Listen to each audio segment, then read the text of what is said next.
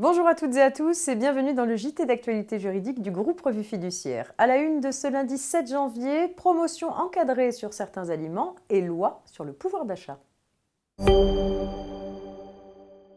On ouvre cette édition avec des précisions relatives aux promotions encadrées sur certains aliments. Depuis le 1er janvier 2019 et pour 2 ans à titre expérimental, les promotions ayant pour effet de réduire le prix de vente aux consommateurs de denrées alimentaires ou de produits destinés à l'alimentation des animaux de compagnie ne peuvent plus être supérieures à 34% du prix de vente. Fini donc les annonces « un produit acheté égale un produit offert » sur la vente de ces produits.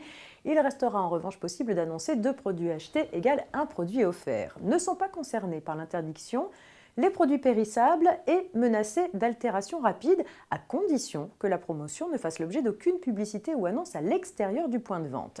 Les contrevenants risquent une amende administrative d'au plus 75 000 € pour les personnes physiques et d'au plus 375 000 € ou 50% des dépenses de publicité effectuées pour vanter l'avantage annoncé pour les personnes morales.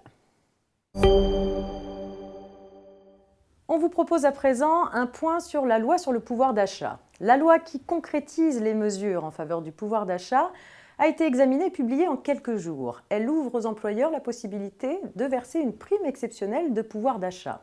Cette prime est mise en place soit sur décision unilatérale de l'employeur prise d'ici le 31 janvier 2019, l'employeur en informant les représentants du personnel, soit par accord d'entreprise ou de groupe selon les modalités prévues pour les accords d'intéressement.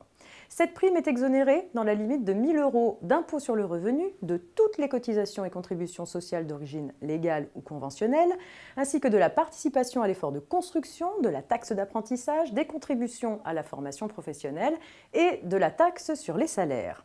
Cette exonération est réservée aux salariés dont la rémunération 2018 est inférieure à 3 fois le SMIC annuel, calculé pour un an sur la base de la durée légale du travail.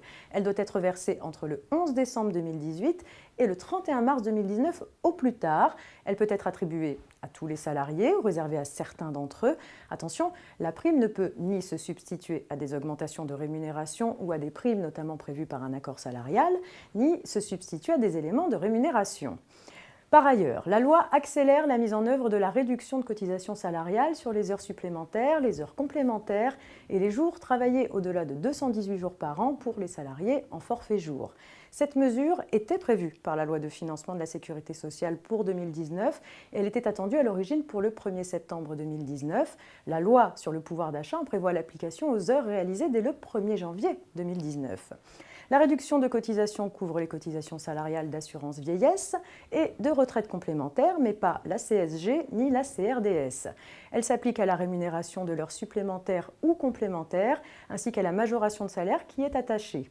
Par ailleurs, en plus de cette réduction de cotisations salariales, les rémunérations en cause sont également exonérées d'impôt sur le revenu dans une limite annuelle de 5 000 €.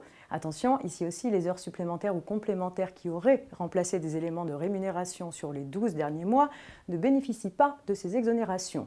On peut enfin souligner que la loi concerne d'autres mesures qui ne concernent pas les employeurs, comme la revalorisation de la prime d'activité. C'est la fin de cette édition, très bon début de semaine et rendez-vous demain.